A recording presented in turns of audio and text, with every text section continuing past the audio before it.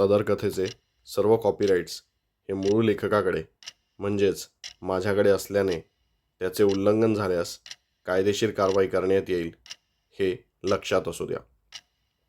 आशा आहे की आजची कथा ऐकण्यापूर्वी तुम्ही रहस्य उलगडताना या चॅनलला सबस्क्राईब केलं असेलच. चला आजच्या कथेला सुरुवात करूया.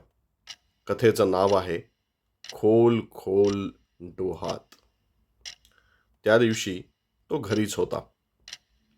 त्याला जाग आली ती कोणीतरी कडी वाजवून गेलं म्हणून. तो खडबडून जागा झाला. कोण असेल? कोणी वैरी तर नाही? खाजगी गुप्तहेराला काही कमी वैरी असतात असं समजू नका.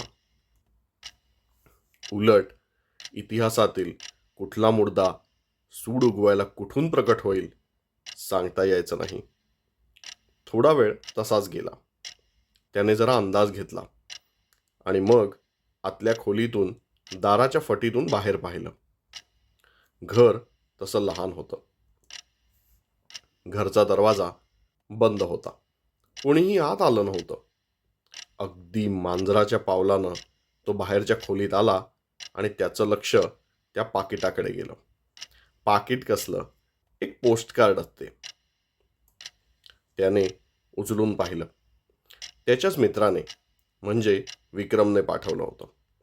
जास्त काहीच लिहिलं नव्हतं. फक्त इतकंच की जितक्या लवकर शक्य आहे तितक्या लवकर निघून शहापूरला ये. नवीन माहिती मिळाली आहे. तपास एकत्र करू.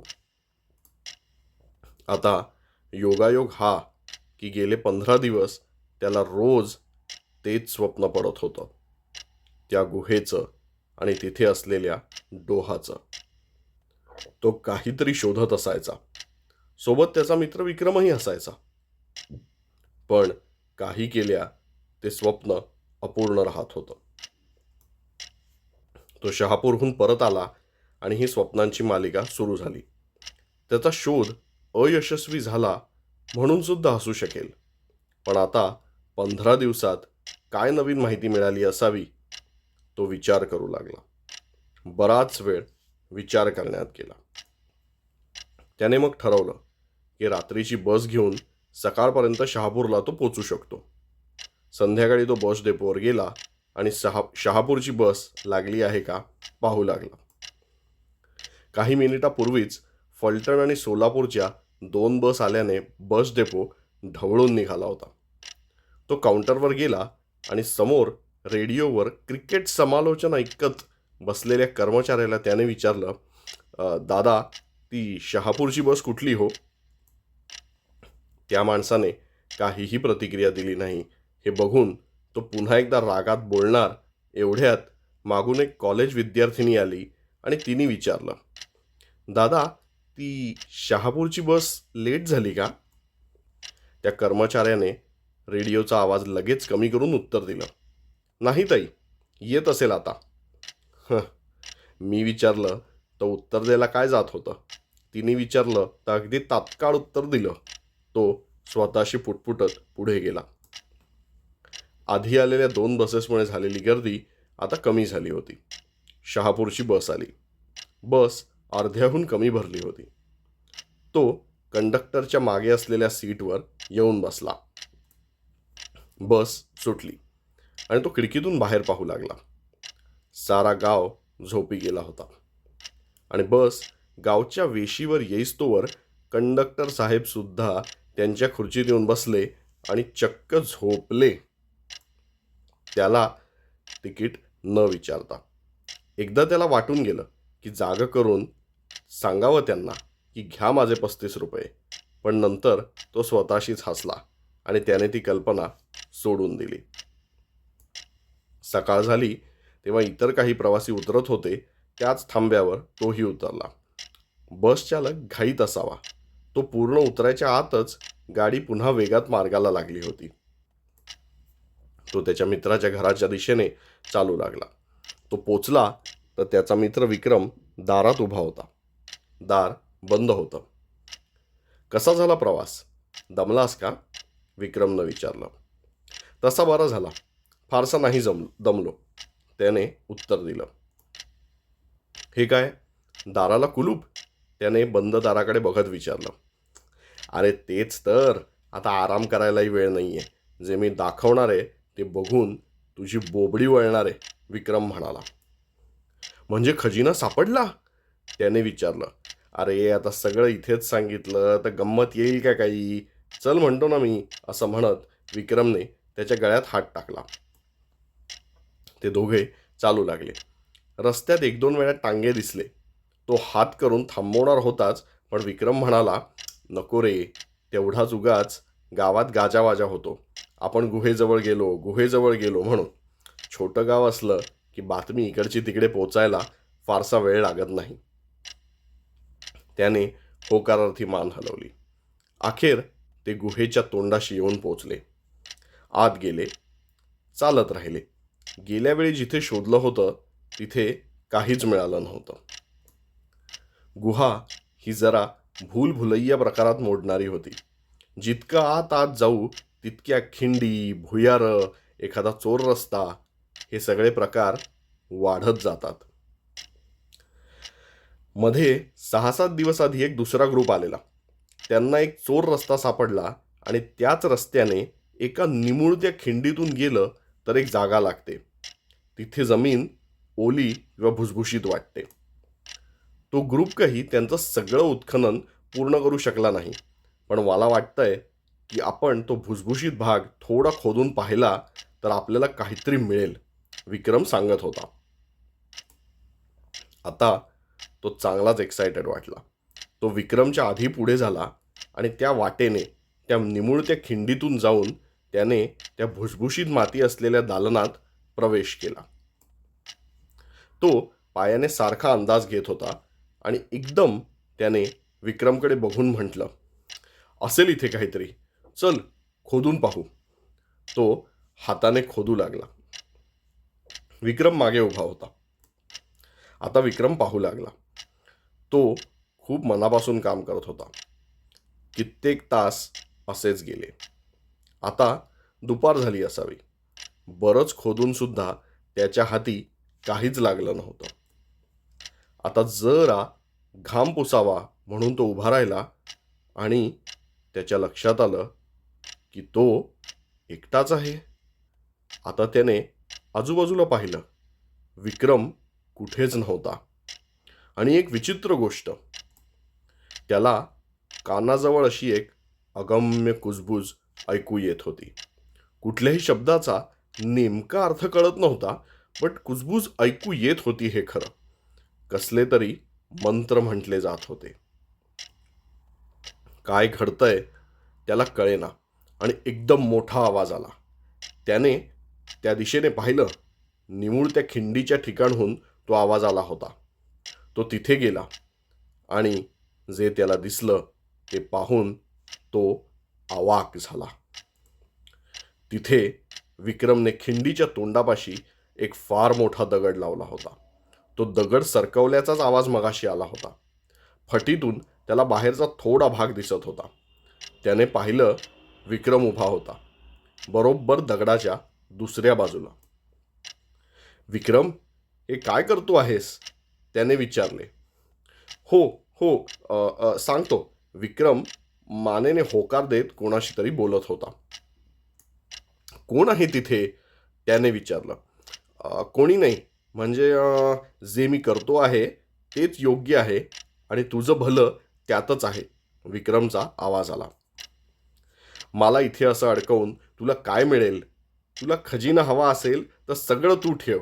मला फक्त ते रहस्य सोडवण्यात रस आहे, पैशात किंवा सोन्यात नाही, त्यानं म्हटलं.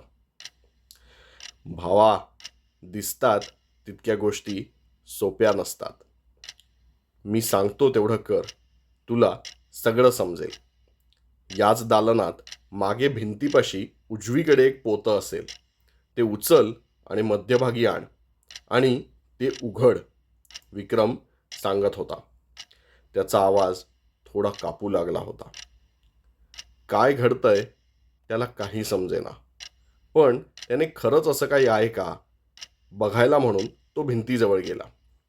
तिथे एक पोतं होतं. त्याने ते पोतं कसं तरी उचलून मध्यभागी आणलं आणि हळूहळू उघडलं.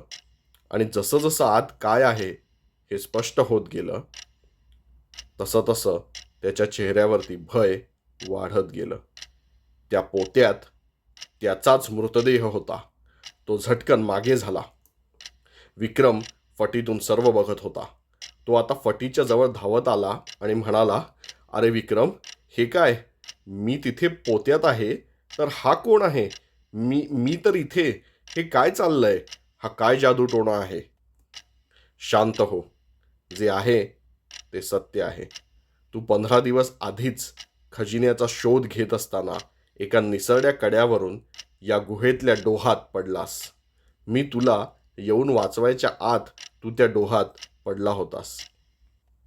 तुला तू मेल्याची जाणीव करून द्यायला मी इथे बोलवलं. मला तसं करावं लागलं कारण तू मरून सुद्धा हे जग सोडत नव्हतास.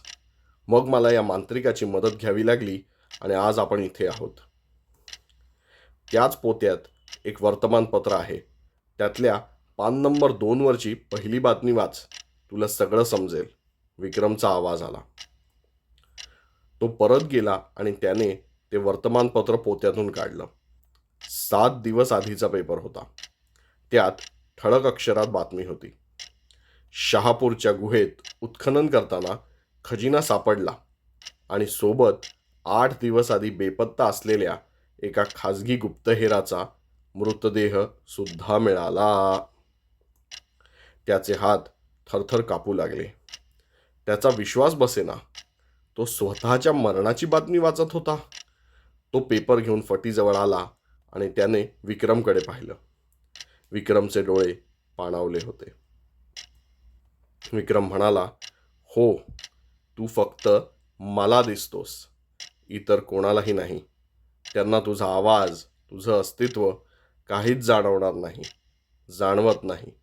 कारण तुझं मन आणि तुझा आत्मा, त्यांनी तो खजिना शोधून काढणं एवढं एकच ध्येय धरून ठेवलंय.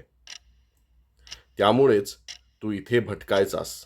तुला जरी ती स्वप्न वाटत असली तरी इथे लोकांना तू दिसलास. तुझा मृतदेह न सापडल्यामुळे आणि त्यावर योग्य ते अंतिम संस्कार न झाल्यामुळे तू तुझं घर आणि ही गुहा या जागांपाशी घुटमळत होतास, असं या मांत्रिकांचं म्हणणं पडलं. तू जोपर्यंत स्वतःचं मरण मान्य करत नाहीस, तू पुढे कुठेही जाऊ शकत नाहीस. आणि तुला या सगळ्याची जाणीव व्हावी म्हणूनच आज मी हा घाट घातला." त्याने डोक्याला हात लावला. कितीतरी वेळ तो त्या बातमीकडे, मग स्वतःच्या हातापायांकडे बघत होता. स्वतःच्या मृतदेहासोबत बसला आणि मग काही क्षणात बोलला, "मी मान्य करतो, मी मेलोय. आता मला पुढचा मार्ग दाखवा."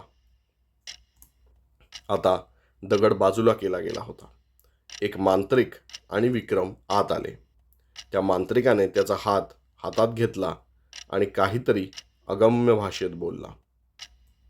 बघता बघता तो विरळ होत गेला. त्याने विक्रमला हाताने सलामी दिली. विक्रमनेही स्मित करून त्याला प्रतिसाद दिला आणि एका क्षणी विरळ होता होता तो संपूर्ण गायब झाला. आता त्या दालनात फक्त तो मांत्रिक, तो मृतदेह आणि विक्रम एवढेच होते. त्यांचं काम झालं होतं. समाप्त.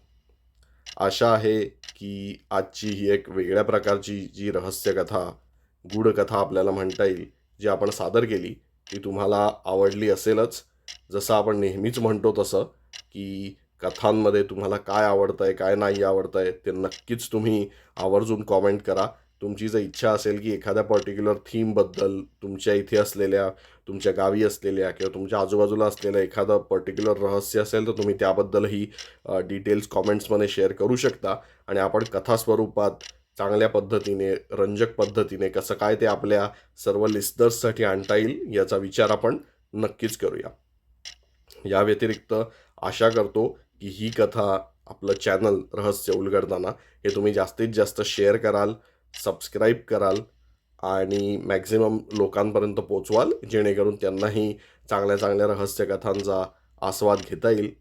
आणि जायच्या आधी आपलं नेहमीचंच आजूबाजूची जी काही तुमच्या रहस्य आहेत ती शोधत राहा, ती उलगडत राहा आणि लक्षात ठेवा, दिसतात तेवढ्या सोप्या गोष्टी कधीच नसतात. Thank you so much.